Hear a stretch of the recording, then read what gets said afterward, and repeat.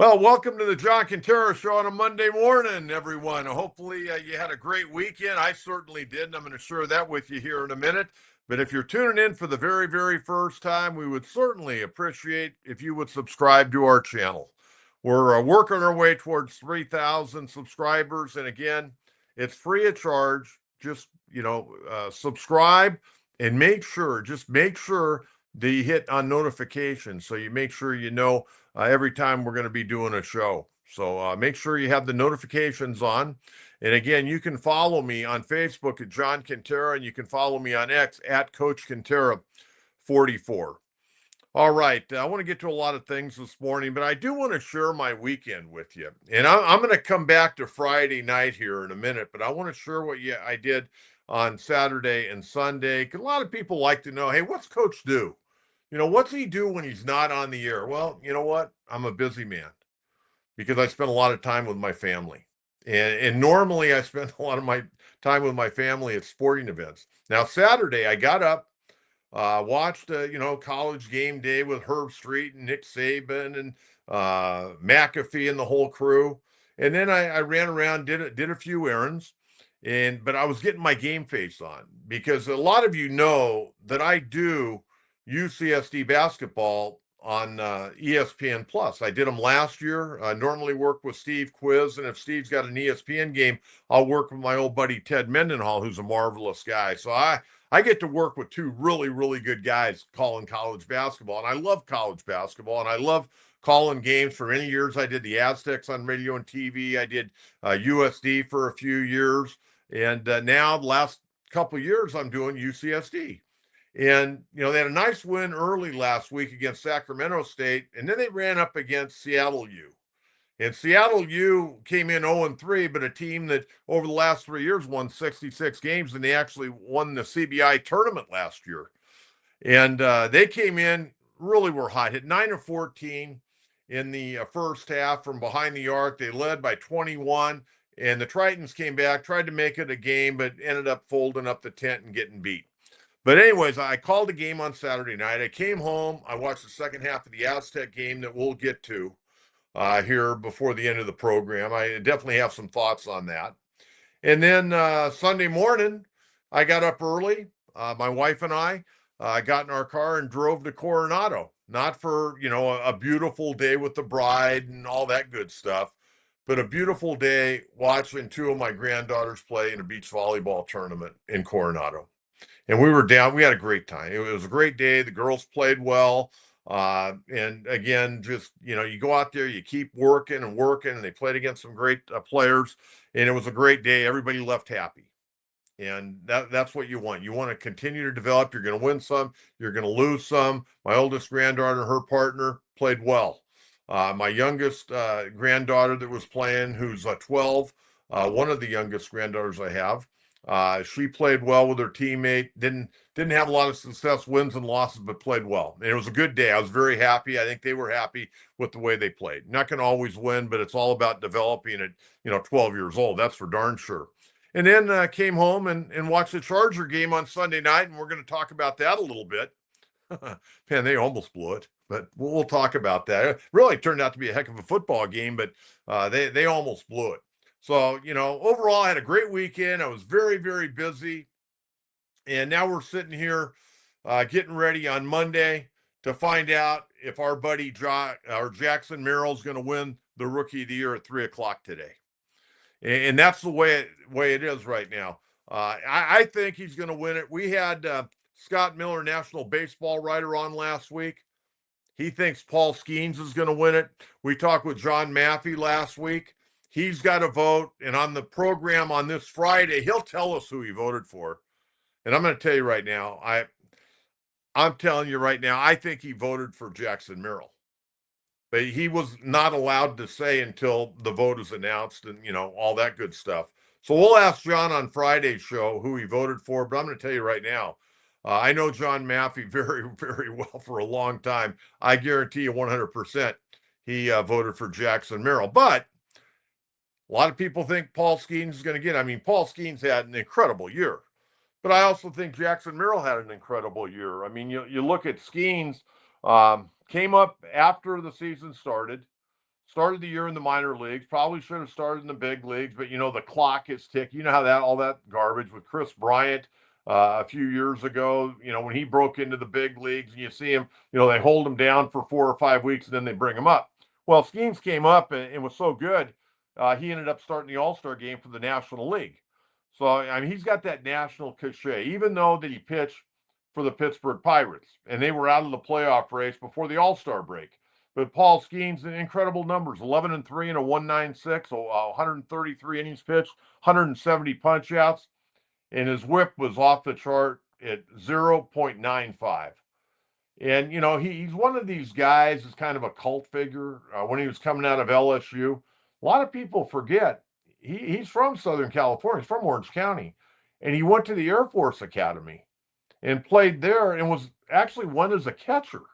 And he was pitching as well. But then Jay Johnson, who we know very well, coached as an assistant at USD, and then went to Nevada. Then he went to Arizona. Now he's the head coach at LSU. Got him to come to LSU, and the rest is history. So he's gotten a lot of national clout.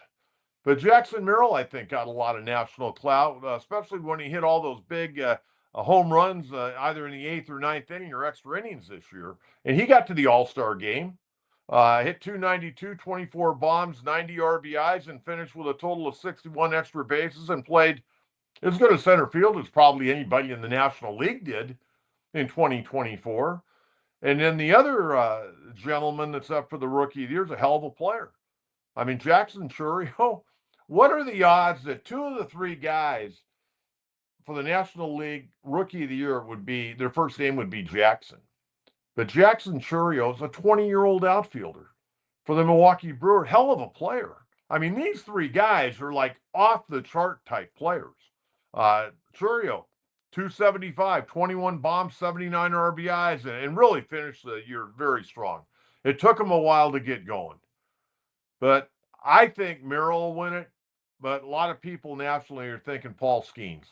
So we'll wait and see on that. But whether he wins it or not, Jackson Merrill, he had a hell of a year, and he won a lot. He won a lot of other Rookie of the Year type awards from different publications. But this is the big one. This is the big one. This is the one, as a Padre fan, we can beat our chest on if he wins this award. Okay, that's today at 3 o'clock. Now, tomorrow at 3 o'clock, we got the Manager of the Year. And I just have a feeling, Pat Murphy's going to win it. And the reason I say that, the former interim manager of the Padres back in 2015, the reason I say that is Pat Murphy's really good with the media. And he knows how to schmooze them.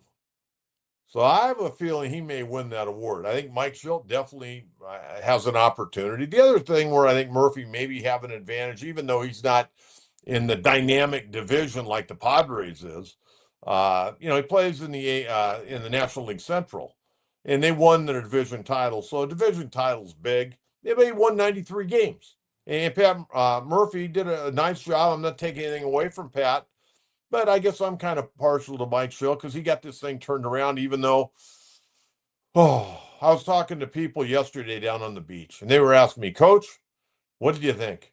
People I didn't even know, they kind of heard my voice, and then they started hearing people call me Coach. And I had people come up to me down in Coronado and say, what do you think? I go, man, the Padres blew it. And I hate to say it, but we blew it. This was our year. I'm just so fed up with that. I mean, it just sours me because we had a golden opportunity and we let it slip away. But nonetheless, Mike Schilt did a great job. I mean, the Padres have been in existence since 1969. And he had the second best record in a single season of any manager in Padre history with 93 wins. And he's already won a Manager of the Year when he was with the Cardinals, but definitely has a shot. And the other guy who I'm a big fan of, I don't know this guy. He doesn't know me, but I really like the way he runs his ball club, and that's Carlos Mendoza of the Mets.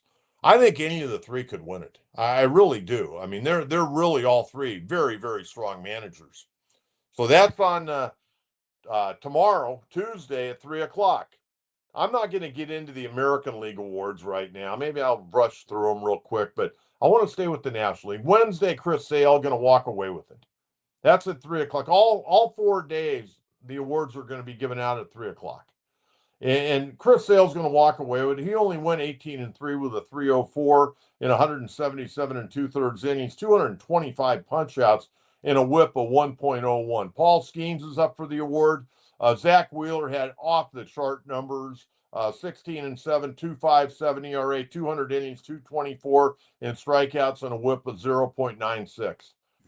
I mean, all three of those guys were just ridiculous, absolutely ridiculous. And then Thursday, wow, boy, the National League Most Valuable Player. I can't imagine who's going to win that. But you know what? You got two other guys that are in the running that in any other year very well could win it. One of them is Ketel Marte of Arizona, hit 292 with 36 bombs, 95 RBIs as a second baseman. And then Francisco Lindor, who got really hot after the All-Star break, 273, 33 bombs, 91 RBIs, and 29 stolen bases. But Ohtani's going to walk away with it. He hit 310, 54 homers, 130 RBIs, 59 stolen bases, and an OPS of 1,036. So Ohtani will win it. I'm going to pick my awards right now. I'm going to tell you who I think is going to win. I think I'm going with Jackson Merrill. I'm going to be the homer on this one. I'm going with Jackson Merrill. Okay, that's who I'm picking. I think I'm going to go. I'm not going to tell. I'm going to pick who I think's going to win, not who I want to win this award. I think Pat Murphy wins it. I think Pat Murphy wins it just because of the way he gets along with the media. You know, he's really nice to the media, all the media. So I'm gonna think he's gonna get some brownie points with the media. I want Schultz to win it, but I think Murphy will win it. The Cy Young in the American League walk away. It's Emmanuel Clase, Seth Lugo, our old buddy, or the left-hander from the Tigers, Tarek Skubal. Skubal will win it. Might be unanimous too. I mean, he was incredible. How about these numbers? 18-4 with a 2.36, 192 innings pitched, 228 punchouts, a 0.92 whip. He may be a unanimous winner. And then the final award given out on Thursday. I mentioned Ohtani will win it in the National League. Aaron Judge will win it in the American League. I think Bobby Witt, a lot of years, would win it. Bobby Witt's a hell of a player. How about this? He led all of baseball in average at 332, 32 bombs, 109 RBIs, 31 stolen bases, an OPS for a shortstop at 977. And oh, by the way, he won a Gold Glove. That's pretty good. I'd say that's a hell of a year, huh? Okay, we got to get to Friday night. You know, the Lakers had an early game. I thought about going to a high school football game, but I had the basketball game on Saturday night, and I knew I was going to spend about 6 hours at the beach on Sunday. I go, you know what? I'm going to stay home. I'm going to rest up. I'm going to watch the early Lakers game at 4:30, and I'm going to try to watch that fight. For some reason, I've been waiting on this fight. You remember it was supposed to be this past summer, Tyson versus Jake Paul, and then Tyson got real sick and had to pull out. I've been waiting and waiting, and I don't have Netflix at my house. I've got every other known TV station to mankind, and I got my cable bill to prove it. Okay, but I don't get Netflix. You know, I even got the old Pac-12 network until they went off the air. I get the Big Ten network and the SEC network. I watch Paul Feinbaum and all that. But anyways, so I watched the Laker game. Lakers are going back and forth, and they're kind of sleepwalking through the game a little bit against Wembayama and the Spurs. But they ended up winning the game 120-115. So in the last few minutes, I got onto Netflix. My son-in-law wasn't going to be home. He goes, "Hey, you can use my Netflix code." So he texted it to me because he knew I wanted to watch the fight. So I logged in about 6:35, and you know they had some fights going previous, and boy, they actually were pretty good. I watched a little bit of that Ramos Barrios fight. That ended up being an even split draw, and Barrios hung on to his welterweight championship title. That was 12-round fight. That was a pretty good fight. And I didn't see the entire fight because normally when I watch fights, I actually keep score. My dad taught me how to keep score, and one of the great guys in boxing, here in Southern California. He's in the California Boxing Hall of Fame. He was a referee for many years. He's still a judge. Pat Russell.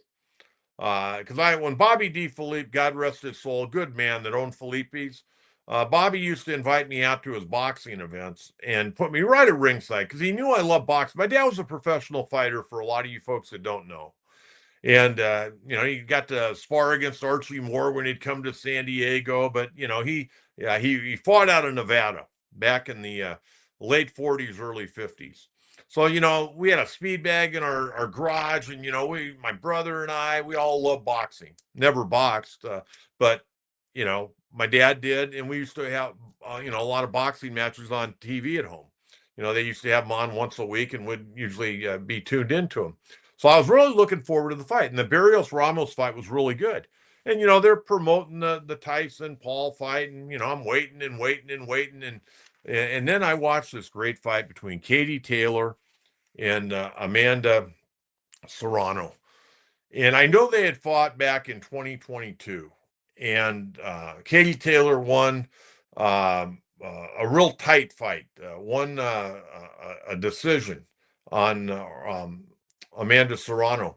And this was a hell of a fight. I thought personally, they gave it to Taylor the other night, 95-94. Now, she had a point taken away in one of the rounds. I think it was the 8th round. They took a point away because headbutt. She headbutted Serrano early in the fight, and it caused a cut over one of Serrano's eye, and it was bleeding bad. And you got these ladies in there and both veteran fighters. They're going at it. It was a hell of a fight. But I really thought Serrano won the fight. I mean, she threw so many more punches. I mean, Serrano landed 324 of the 734 punches she threw. And Taylor landed 217 of 529. I mean, Serrano was just firing punches, over 200 more punches. And landed, over 100 more than Taylor. But obviously the judge didn't see it that way. They awarded the fight to Taylor, and I don't know if there'll be a third fight or not. But that was a hell of a fight. That was the best fight of the night. And then all the hubbub for Mike Tyson and Jake Paul. Now, I know everybody's got an opinion on this, and I certainly do. I will tell you this. I thought the pomp and circumstance, Jake Paul's a great promoter. YouTuber, great, and no social media like no other. This guy pulled off one of the great. It goes back to Bobby Riggs playing Billie Jean King, 100 years ago. It seems like now, in that tennis match. The man playing against the woman, and that he pulled off a great coup the other night.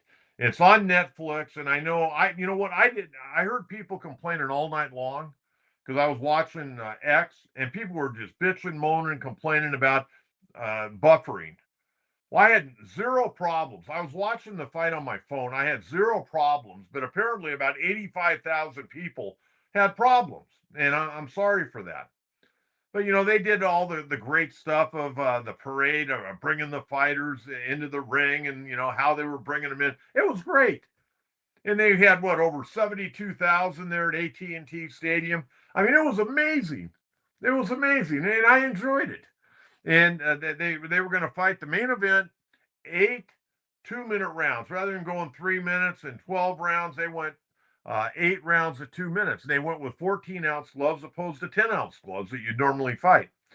And I don't know. I was disappointed in Tyson because he didn't really do a whole lot. I mean, he had the knee brace on. I don't know really what was going on there. He cracked Jake Paul across the chin pretty good. I think it was with a right. And it looked like Paul said something to him. There are a lot of people thinking maybe Paul said, "Hey, Mike, calm down, man. You're getting a good payday. Don't beat the hell out of me here." I mean, I don't know what kind of boxer Jake Paul is. I question it. I mean, he hadn't fought anybody. I went back and looked at his first few fights, and I know he fought Anderson Silva. Anderson Silva's not a boxer. He was a MMA guy. He fought him twice, but some of the guys he's fought never had a win. It was their first pro fight, and you want to bring guys along slow. But you know what? Jake Paul's a great promoter. I mean, it was like WWE reincarnated in boxing the other night. But, the more I thought about it, and I don't know why, I'm 66 years old. Why do I even think about this kind of stuff? I don't get it. But I was I was more than disappointed. I thought Tyson had come out and used that guy's head as a speed bag. I really did. And Tyson didn't do anything. Sammy Long, who works with me on this program, we talked about this the other day. And he goes, yeah, Tyson came out. His footwork was bad. He didn't do anything. He just stood there, and he did. After the second round, that's all he did for 6 rounds was stand there. And then they go back and they add up Tyson's punches. He threw a total of 97 punches. But here's the one that got me. He threw 62 jabs. Now, Mike Tyson was ferocious when he boxed. I remember going down to Cox Communications the night he was going to fight Michael Spinks. And I was dressed up in a suit, and they had this big deal down at Cox Communications. They invited us all down. And then, I dressed up, nice suit, nice tie, sit down for this gourmet dinner. The bell rings, and Tyson runs across the ring and knocks Michael Spinks out in 91 seconds. I'll never forget that.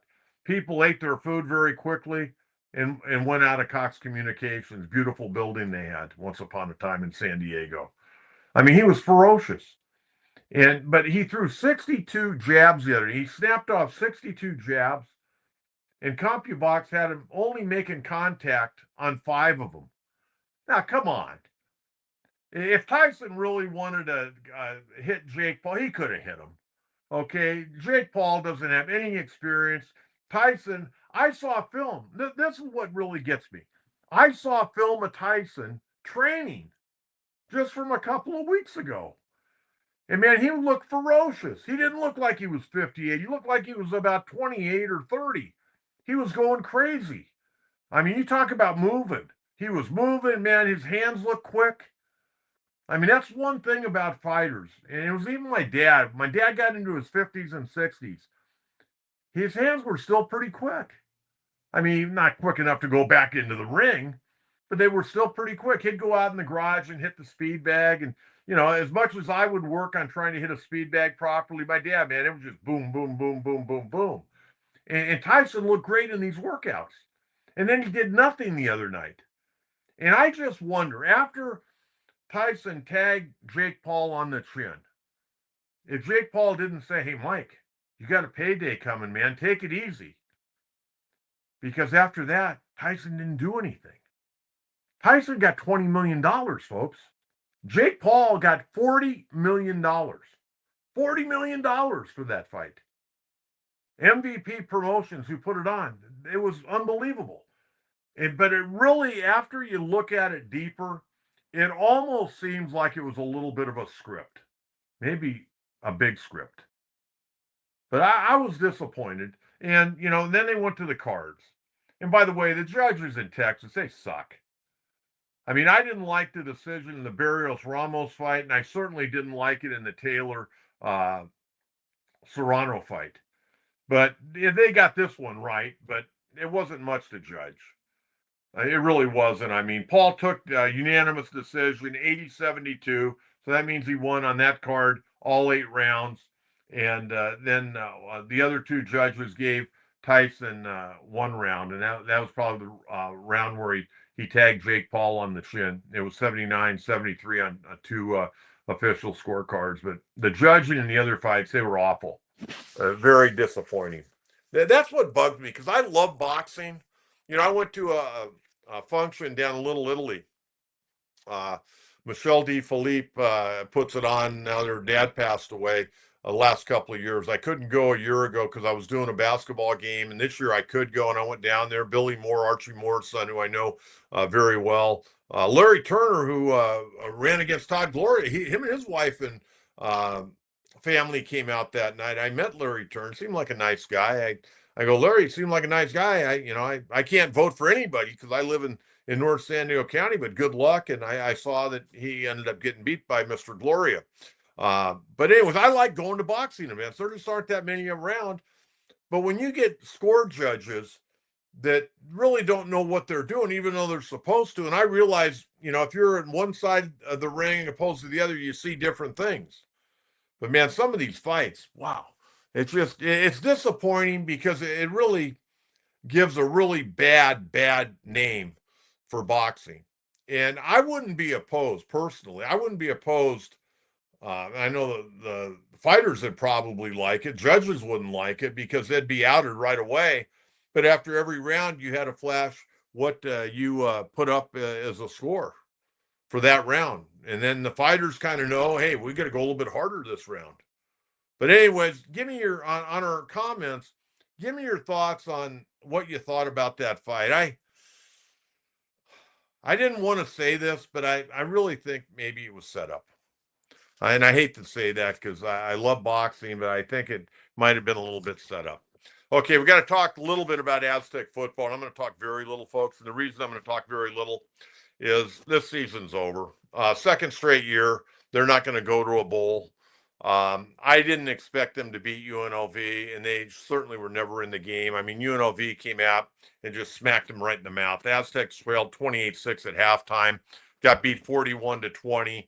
UNLV ran all over them. They had 240 yards rushing, 500 yards in total offense. The senior quarterback, Malik Williams, 19-28, 241 yards, a touchdown, 10 carries, 29 yards, 2 touchdowns. He looked great. Aztecs played hard. They just don't have enough of bodies right now. And the bodies they have, a lot of them are young. They're playing a lot of freshmen right now. They'll get bigger. They'll get stronger. They'll work on things during the offseason. It'll be a better year next year. But, my whole goal was I was hoping they could go 6-6. The best they can go now if they win their final two would be 5-7. They got Utah State. How about this?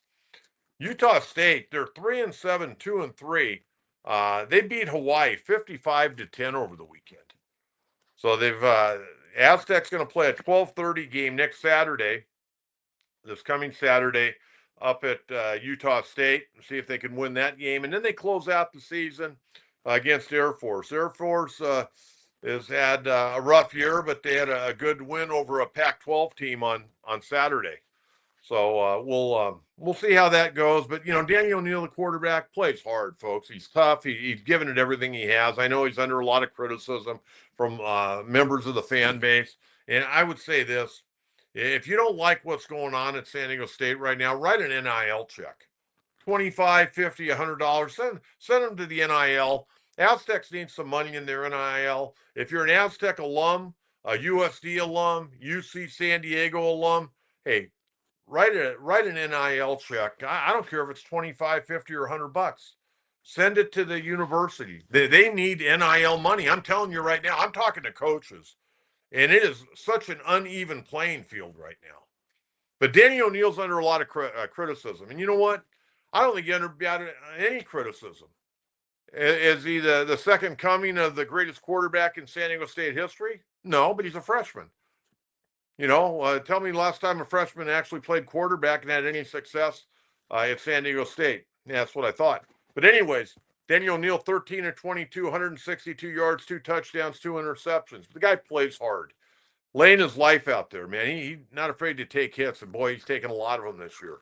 Marquez Cooper, 26 carries, 97 yards. Hopefully next week against Utah State, he'll have a good game, go over the 5,000-yard mark for his career. But Aztecs right now, with 2 games to go, 3-7, 2-3. There you go. That's what I have to say about Aztec football. I'm not going to beat the Aztecs up. I'm not going to be that guy because I said right from the get-go, the cupboard was bare. The cupboard was bare. I don't care what anybody says. The cupboard was bare. They won 4 games last year. They were 4-8. And they had 42 guys walk out the door when Brady Hoke left. But you know what? Some of those guys could really play. There were other guys that couldn't play and wouldn't play here because they should have never been here to begin with. So, give Coach Lewis and his staff a little bit of time. The one area that I am upset about, and it hasn't really gotten better, is penalties. In that game against UNLV on Saturday night, they had 9 penalties for 98 yards. They're averaging 9 penalties per game. That's discipline. And that should not be the case. You got to clean that up. Got to clean that up. Okay, I got to talk about what happened last night at SoFi Stadium. Oh, the Chargers. They tried to charge her, didn't they? Didn't they try to charge her? But J.K. Dobbins wouldn't allow it to happen. He broke off a 20. They were already in field goal range. They're probably going to win it anyways with Dicker, the kicker. But J.K. Dobbins, who's really salvaged his career, he's had so many injuries. Really good player coming out of Ohio State. All kinds of injuries. Thought about retiring. Really done a nice job for the Chargers. Got to give the man a lot of credit. He ripped off a 29-yard touchdown run with 18 seconds to go, and the Chargers, after blowing a 27-6 lead, win the ball game 34-27 on Sunday Night Football. Joe Burrow was great in the second half for Cincinnati. Justin Herbert was great. I mean, it was a hell of a football game. Chargers now with the win, 7-3. Bengals with the loss are 4-7. And I got to mention this because last week I talked about the Chargers and I said, how good are the Chargers really? Because I don't know how good they are. How good do you think they are? I mean, they're 7-3, and you can only, beat the people you play. But they haven't beaten anybody of significance. I mean, even Cincinnati with the loss 4-7. The only team with a winning record, and they finally got it on Sunday with a win, the Denver Broncos are 6-5. The Charger wins this year. Let me tell you the pathetic schedule that they've played so far. And then I'll tell you their 3 losses. But I'm going to give you their 7 wins. And then you tell me, and I know there's a long ways to go in the season. They still got, 7 games to go. But you tell me what you think the Chargers are going to be able to do. And oh, by the way, next Monday night, they'll be on Monday Night Football against the Baltimore Ravens. And I'm going to tell you right now, the Ravens are going to be coming out to SoFi loaded for bear after letting that game get away in Pittsburgh on Sunday. They got beat, 18-16, I think it was. So they're going to be coming out. Lamar Jackson, that whole crew, Derrick Henry, holy Toledo, they'll be ready to go. But anyways, here are the Charger wins. They beat the Raiders. Wow, they beat the Raiders 22-10 opening weekend. Raiders are 2-8. They've fired their offensive coordinator. They've fired their offensive line coach. They've fired everybody, it seems like. But they're 2-8. Awful. Carolina. They went down to Carolina, the Chargers, and beat them 26-3. They're 3-7. Then they went to Denver, got a nice 23-16 victory. New Orleans, they beat 26-8 at SoFi. They won at Cleveland 27-10. The Brownies are 2-8. Tennessee came to SoFi. Chargers won a week ago, 27-17. Tennessee's 2-8. And Cincinnati came on Sunday night, got beat 34-27. They're 4-7. So you've got one team that has won as many as 5 games, and that's actually Denver, who's won 6 now. Everybody else has 4 or less wins. I mean, their schedule's been abysmal. And then the 3 teams they've lost to are good teams. So I guess what I'm saying right now, the Chargers are kind of a middle-of-the-road team. I mean, they got a great shot. I mean, they got like a 91% shot right now with the win on Sunday night to make the playoffs. But great. But are they going to beat anybody with a winning record besides the Denver Broncos? And again, Broncos finally got there on Sunday with a win. But they lost at Pittsburgh 20-10. Steelers 8-2. Mike Tom, such a great coach. They lost at home to Kansas City 17-10. Kansas City got beat on Sunday. So they by Josh Allen and the surging Buffalo Bills. But Kansas City 9-1. And then the Arizona Cardinals, who are leading, believe it or not, the NFC West. They were off on Sunday. They're 6-4. Arizona somehow beat the Chargers that night 17-15. That was crazy. So, how good are the Chargers really? And I had some Charger fans kind of get on me saying, well, you just don't like the Chargers. No, I don't like the Chargers. And I hope they lose every game. But I like watching Justin Herbert. Justin Herbert's hell of a player. And that young receiving core, Lad McConkey, Johnston, who they got a year ago as a first-round pick out of TCU, hell of a player. I mean, they got some good players. I wish I could root for them. I can't. It's that simple. Now, if Dean Spanos and his family sells the team, that's a different story. Then I may have to bust out a lot of my old San Diego Charger gear. I got to tell you that right now. Okay, last thing I want to get to, and again, we'll be back in on Wednesday morning at 9:30. And on our comments on our YouTube page, folks, make sure you leave comments, about the Jake Paul Tyson fight. Give me your take on that. Aztec football, Charger stuff, Padre stuff. I try to bring a lot to the table. But the last thing I want to mention tonight, going to be, I think, exciting. There'll be 12,414 at Viejas. Everybody will be going crazy at 7 o'clock. But I don't think the Aztecs, where they're at right now, and I hate to say this, I don't think they have much of a shot against Gonzaga tonight. I really don't. I was looking at a lot of things, and I'm kind of looking around college basketball right now. And a lot of programs, because of NIL and these guys transferring all over, coaches are really trying to figure their teams out.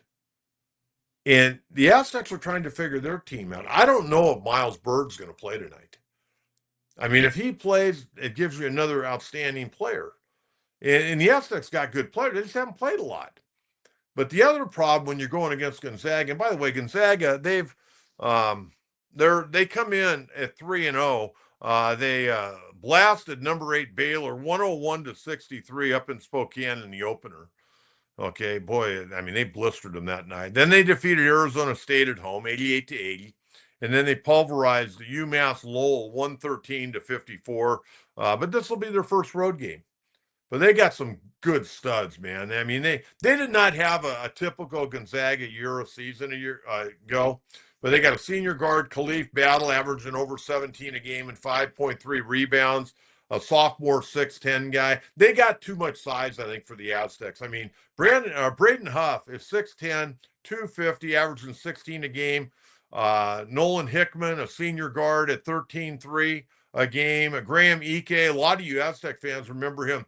About 3 years ago, he played at Wyoming, a great player, got hurt and then transferred and played at Gonzaga last year and again this year. He's averaging almost 12 a game, 5.7 rebounds. Ryan Nemhard, a hell of a guard, averaging almost 11 a game right now. He's averaging 10 assists per game. I mean, this guy can really distribute the basketball. And then they got another 6'10" guy, a senior, Ben Gregg, who comes off the bench averaging 6 a game and over 5 rebounds. I mean, they got two guys at 6'10", and then Graham Ike, who we know is a hell of a player at 6'9". So the size inside, I think, is going to be a little bit too much for the Aztecs. But you know what? Coach Dutcher and the whole crew out there, they do such a great job of game planning. They know the Gonzaga program inside and out. So they'll make it a game, but I think they just have too many horses right now. You play them, the middle of January, or you run into them, in February or March, later in the year when the Aztecs got everybody and Reese Waters is back and everybody's healthy. Could be a different story. But right now, the Aztecs are still kind of, going through an adjustment period and finding out what their rotation is going to be, and Coach Dutcher trying to give everybody a fair shot to, earn their playing time. So that's what I think. But again, later today, Jackson Merrill up for the National League Rookie of the Year. Tomorrow, we got Mike Shilton. We come in on Wednesday. We'll talk about it all. So again, we got our comments. You can follow me again on Facebook, John Kentera. You can follow me on X at Coach Kentera 44. You can write comments there as well.